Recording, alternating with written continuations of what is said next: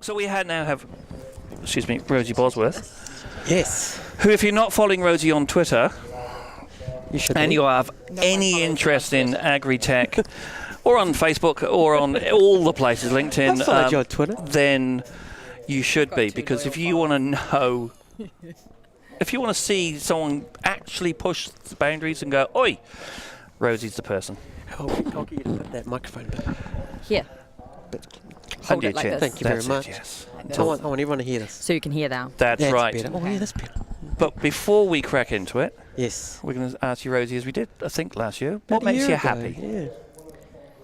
Food. Is that it? Just food? No food. There's more to that, no? Lots of things make me happy. I teach yoga. I love yoga. I'm very well connected into, I guess, the more spiritual side of life, and family makes me happy. Enriching other people's lives makes me happy. Cool. And cooking and food. Excellent. Yeah. Cooking Now- and food, oh yeah. Cooking food. Now, you've got a Oh, question super. for Rosie. You've Actually, been I, dying to ask this I hope, question. we're going to catch up again. And I was, how we had the podcast last year, we talked about the future of food and plant-based Yes. protein, etc. And of course, we've been following your exploits online ever since. I want to know again, and sort of you said 2 years away is sort of this big thing's going to happen 2 years from now. Might put it in a good term, which was 2 Christmases. We've had one of those, one Yeah. Christmas. Are we closer to the 2 Christmases deadline of when things are going to change? It's a or- deadline, that now. I think I thought I said 10, but maybe you had 2. But thought it was 2's 2 changing. Christmases. Yeah. Okay, so lots has changed Yeah. even in the last year. Okay. Name 5. Yeah. So name 5. Okay, well we've had Name some. probably like a plethora of extra clean meat or cellular agriculture Right. companies, which is the lab-grown meat or the harvesting animal cells via fermentation rather than animals Okay. to grow meat. We call that clean meat or cellular agriculture, and those in the know in the industry call it cell ag. So we have what Sharma does or Sunfed Meats, and that's plant-based protein. Yes. But then we have clean meat or cell ag, which is harvesting those animal cells, so we're still getting the same So cut that's of meat. taking a cow cell Yep. and then growing, not a cow, but the meat of a cow Yeah. in a labby Well, thing. it's lab, bench scale, it's in a lab because Yeah. we're still trialling it. But Oh, okay. eventually it'll be in big fermentation tanks, much like beer is brewed in a brewery. Now you're talking my language. Yeah. So we take a little swab, a small biopsy, the size of a sesame seed, Yeah. a really healthy biopsy, so like a George Clooney biopsy, something like that. Oh, so you grow your own George. Yeah, that would make me happy. George Tech, isn't it? So what makes me happy, I didn't George. add it to the list, is George Clooney. Yeah, he makes me right. happy. But so we take this little biopsy. Yeah. We feed it a soupy broth of nutrients, which in cell ag or cellular agriculture terms is called media, which composes all the vitamins, the minerals, the amino acids. Essentially, the food that makes cells grow. And at a molecular level, all the foods we eat essentially are just proteins, minerals, even amino acids and all sorts. So we feed them this media that enables the cells to grow. They're attached to what we call a scaffold, which helps them to take on those regular shapes and structures of meat. And then at that point, they are growing in a big fermentation tank, much like beer is brewed already in a brewery. Cheese is fermented, much like that too. And then, boom, kaboom, we have some meat at the end of it. To be Just that like that. cow's meat or beef or chicken, could be fish, seafood, and all sorts.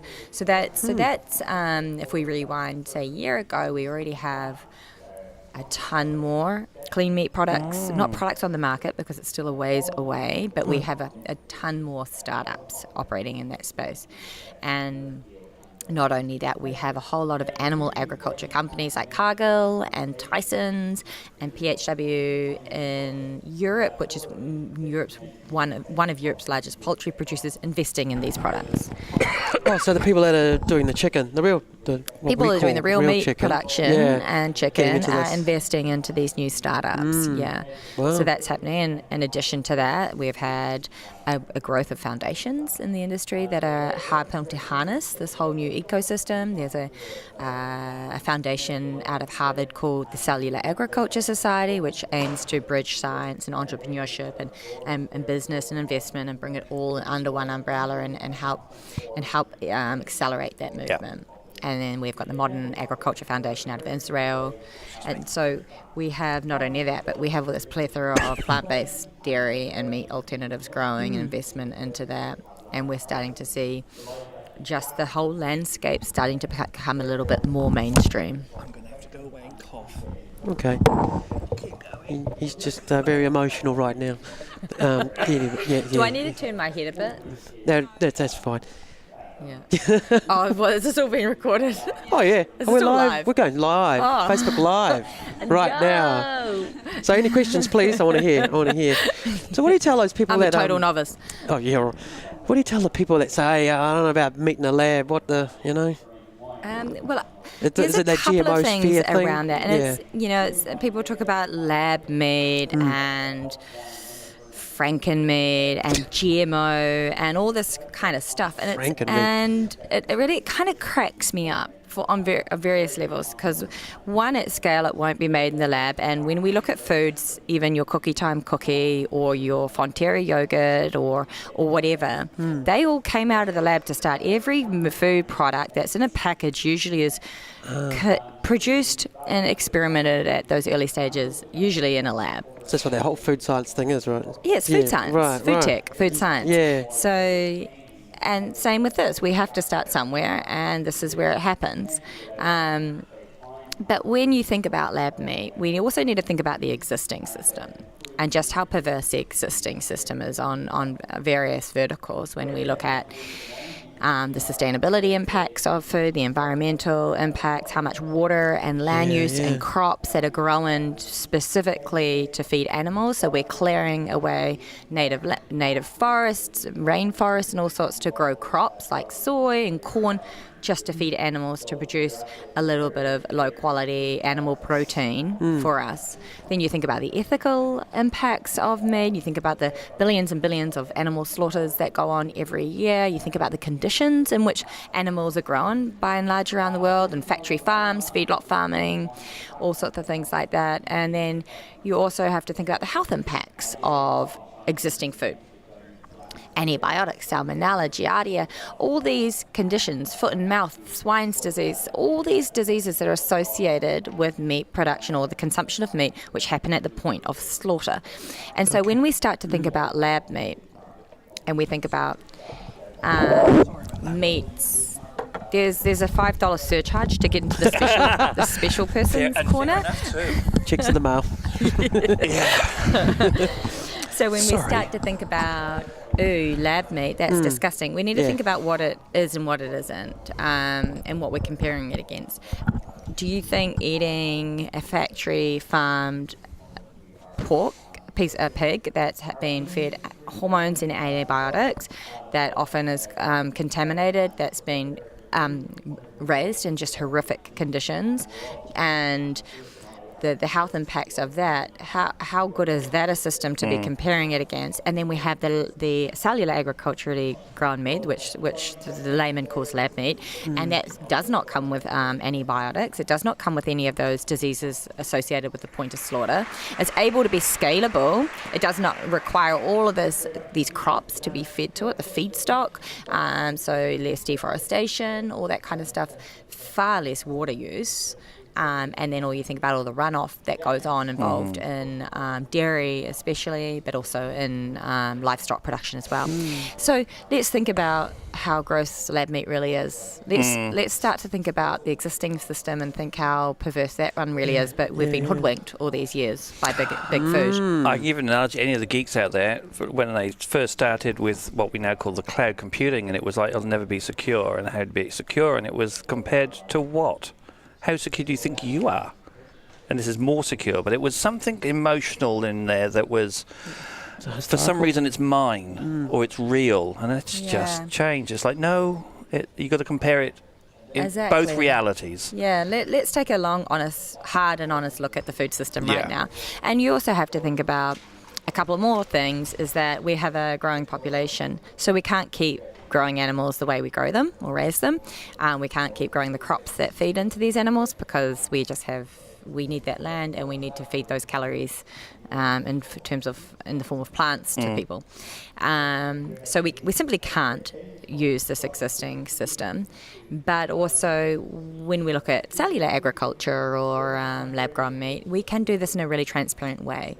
The companies such as Memphis Meats and a company I've worked for in the States called Finnis Foods, they're super transparent about what they're doing. And they're actually going to be letting, and Just, which was formerly a company called Hampton Creek, they are going to be having these, I guess, cellular agricultural farms on the fringes of the city that people can see. They can walk around, they can see. Nothing's hidden. It's not a secret. There's no blood splattered on the wall. You can see exactly where your cells are being grown, the fermentation tanks, and all sorts. And it's a pretty honest process. So I think it's just a change in mindset. And I think as millennials come through, they'll be far more accepting of that than the baby boomers. But when the baby boomers pop off the vine, it'll be an easier sell. Yeah. I hear that a lot on many fronts, but that's a different story. Now, you were up there on the stage before with the panel, right? I'm on later on. You're on at later 4 on. o'clock. Yeah. Are you going to talk about this here? Yeah. All right. Well, what are you going to see. tell What are you them? going to say? I don't know. It really depends what Rod Oram asks of yeah. us. Yeah. What are you going to tell them? I think I'm just going to tell them what's coming and be like, let's be honest. Like, we talk about New Zealand being, the most incredible food producers in the world, but is that argument is producing the world's best hunk of lamb or hunk of beef, is that even going to stack up in this new market? Are these new global consumers even going to care about lamb, even if it's traceable and it's fed grass, when they have options, plant-based options or clean meat options that don't require slaughter, that don't require to be shipped halfway across the world, that haven't had to deforest land use to grow the crops to feed them, that can be grown locally or produced or fermented, as is the case of clean meat locally. How does eating a bit of lamb that they're not even really used to eating anyway, really, how is that compelling for that new consumer group? I don't think it is. So where is our role in Not that? the premium? Maybe for the baby premium? boomers, and maybe for the very, very wealthy few, which we can certainly target. But I think we need to think about our role as food producers as beyond animal food producers or, as animal protein suppliers, as to premium growers or innovators around food production. But not only that, because I love food, and we can quite capably grow a lot of food here and in very good conditions, and we're blessed, with rain and all the rolling hills and great soils to grow this sort of stuff. But in this world where, in say 20 years' time, 10 years' time, who knows, in quite a foreseeable future, where we may not need where the animal is obsolete or quite possibly obsolete for the masses. What's New Zealand's role outside of food? What are we going to do then? We're going to have to think about other industries outside of food. And where are we going to excel beyond food? Is that going to be in the blockchain? Is it going to be in AI? Or is AI going to do AI for us? And actually, no one's needed for AI anymore.